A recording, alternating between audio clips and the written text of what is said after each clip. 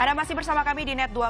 Maraknya kasus prostitusi online yang bahkan sampai melibatkan artis membuat publik miris. Gimana sebenarnya fakta di lapangan? Sesulit apa mengatasi prostitusi gelap di media online? Berikut liputan mendalam dari tim Net Stories.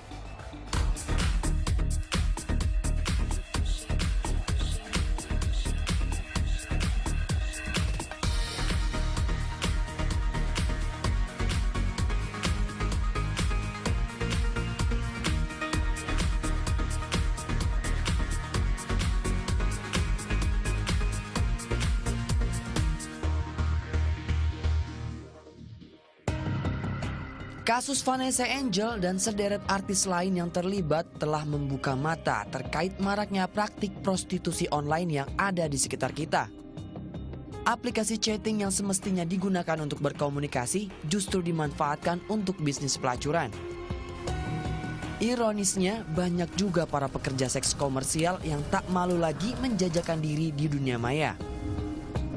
Mulai dari memasang foto seksi hingga membuat status terang-terangan di profil pribadi. Tujuannya apalagi kalau bukan untuk menjaring calon konsumen.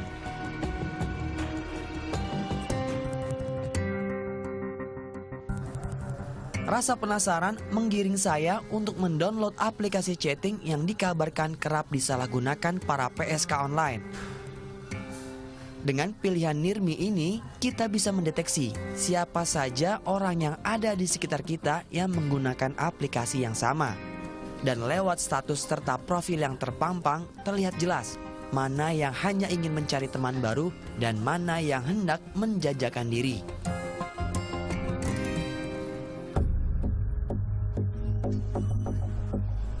Saya pun menuju sebuah apartemen di kawasan Jakarta Selatan yang dikabarkan banyak terdapat praktik prostitusi online.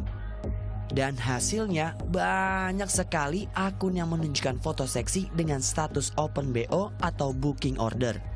Saya mencoba berkenalan lebih jauh dengan mereka.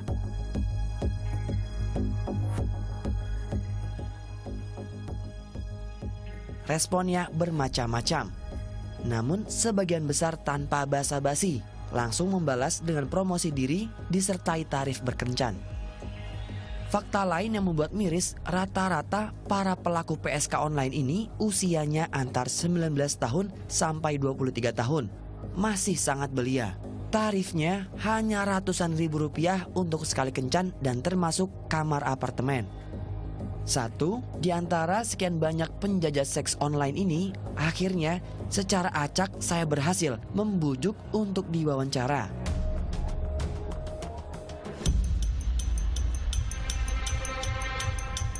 Sebut saja Tia, usianya masih 19 tahun. Ia mengaku menekuni jasa esek-esek online karena faktor gaya hidup. Selain itu, lewat aplikasi online, wanita ini bisa meraup rupiah lebih banyak karena tidak harus membayar jasa muncikari. Kalau online enak, dia nyari bukan kita nyari. Tapi kalau misalkan yang biasa, kita nyari bukan dia nyari, kayak gitu. Udah gitu capek. Kalau online kan kita enak tinggal duduk-duduk doang main HP.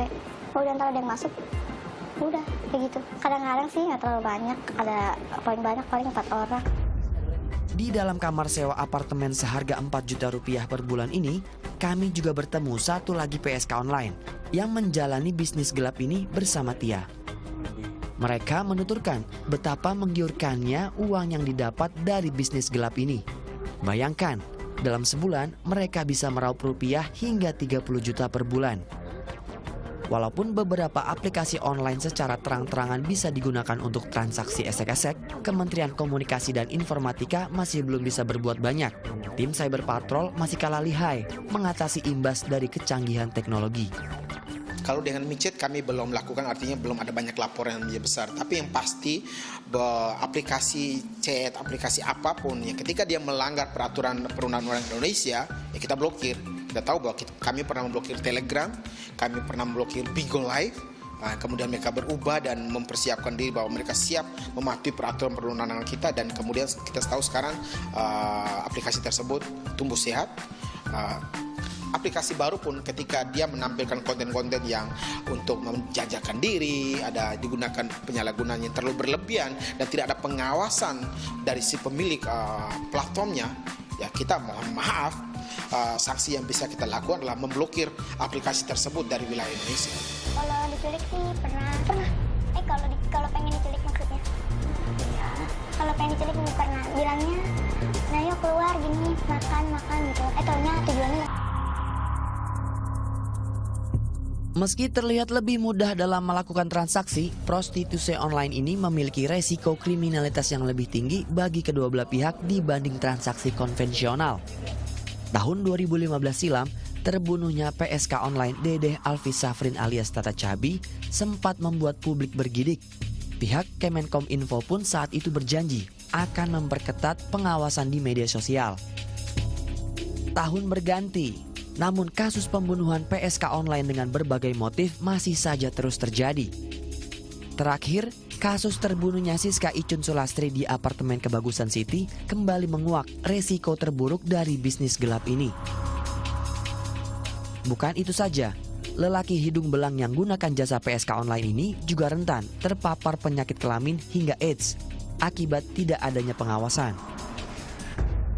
Tahun 2017 saja sudah ada 255.000 kasus HIV di Indonesia dengan persentase 72,4% tertular akibat hubungan seksual tidak aman.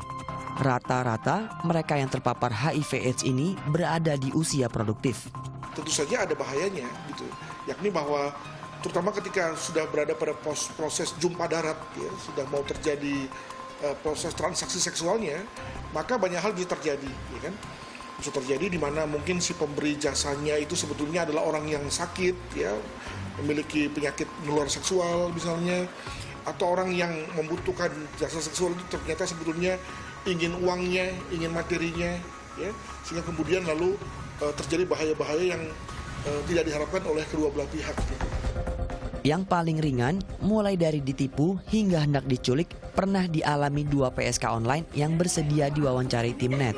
Namun nampaknya kuasa uang mengalahkan ketakutan akan semua resiko. Pernah dibohongin ya, ditipu gitu? Pernah, banyak banget. Banyak banget. Jadi tukang bohong banyak. Banyak banget. Iya. Bisa ceritain nggak yang parah gimana, selingkuh gimana gitu? Bilangnya udah ditamun, totonya nggak ada pas samperin. Kalau dia misalkan mau bunuh Nggak kayak, bakal jahat, ada sapam kan. Lihat orang dulu lah. Kalau misalkan orang yang tatang kayak penjahat gitu kita nggak temuin, tapi kalau misalkan tatangnya percaya, maksudnya gimana ya? Kalau tatangnya gitu deh, langsung ditemuin, naik ke atas. Lain cerita dengan rekan satunya lagi. Dirinya pernah dibohongi bahkan hampir diculik oleh calon tamunya. Kalau diculik sih pernah. Kalau pengen diculik maksudnya. iya, Kalau pengen diculik pernah. Bilangnya, nah yuk keluar gini, makan gitu. Taunya tujuannya bukan ke situ. kemana tuh? Tujuannya waktu itu nggak tahu, nggak jelas. Tapi pernah jalan bareng sama dia akhirnya? Ya di situ pengalaman udah kagak jadi, di cancel. Udah, terus teman-teman juga pada bantuin dicari-cari orangnya. Adrianus Meliala, kriminolog dari Universitas Indonesia menilai maraknya prostitusi online ini akibat tidak adanya lokalisasi prostitusi yang dilegalkan oleh pemerintah. Jadi dia datang ke apartemen-apartemen di mana kemudian penghuninya sudah mesen, sudah booking, ya, juga melalui WA kah, melalui SMS kah itu, ya. Atau yang bersifat agak lebih masif, yakni melalui online, dalam arti bahwa ada situsnya gitu ya, ada grup WA-nya, atau ada melalui orang yang kemudian menjadi mucikari terhadap lebih daripada 5 orang gitu ya, sehingga kemudian tadi ada proses supply dan demand yang tercipta gitu ya melalui media sosial itu gitu. Nah, saya kira itulah konsekuensi daripada implikasi daripada kebijakan kita yang tidak memberikan ruang sama sekali bagi prostitusi dalam bentuk yang tradisional. Demand yang tinggi dan selalu ada. Nampaknya inilah yang membuat bisnis esek-esek ini selalu mencari cara untuk tetap eksis meski ditekan di mana-mana. Saya bersama teman wanita mencoba mengetes seberapa banyak respon para pria yang ingin berkenalan dengan sosok wanita di media aplikasi chat. Tak perlu menunggu waktu yang lama.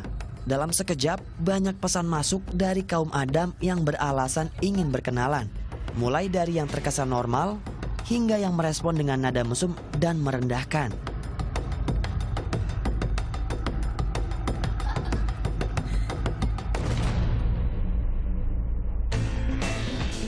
Di Indonesia, prostitusi adalah tindak pidana. Namun, menjadikan kegiatan ini sebagai pelanggaran hukum ternyata tak menyelesaikan masalah. Pelacuran nyatanya tetap berjalan. Yang berbeda hanyalah bentuk dan cara transaksinya. Dan prostitusi online hadir di tengah kecanggihan teknologi komunikasi. Seberapa kuatkah hukum kita membendung praktik ini? Sebab kecepatan aparat menutup akun tertinggal jauh oleh lihainya para pelaku prostitusi memanfaatkan kemajuan teknologi berbasis aplikasi. Tim Liputan melaporkan untuk NET.